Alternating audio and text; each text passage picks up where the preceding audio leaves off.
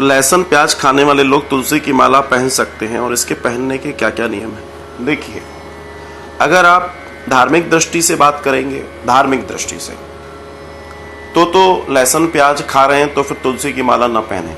अगर आप धार्मिक दृष्टि की चर्चा मुझसे करना चाहें तो आप तुलसी की माला ना पहने।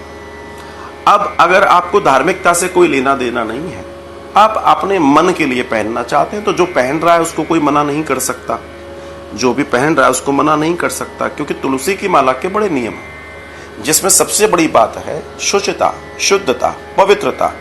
इन चीजों का बहुत ध्यान रखना, और ये मूल रूप से खाने की चीजों में है, क्योंकि अगर बाध्यता कर दी जाए विचारों की तो फिर तो कोई कुछ कर ही नहीं पाएगा। हालांकि हम भोजन में शुचिता कर लें, शुद्धता कर लें, सब कुछ कर लें, लेकिन विचारों में भी होना बहुत आवश्यक है। हम बहुत ज्यादा अपवित्र अपने विचारों से रहते हैं।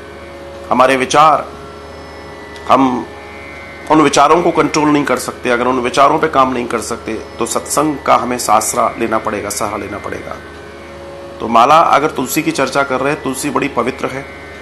तुलसी का आध्यात्मिक और धार्मिक और वैज्ञानिक महत्व बहुत ज्यादा है, इसलिए तुलसी को हम बड़ा पवित्र मानते हैं।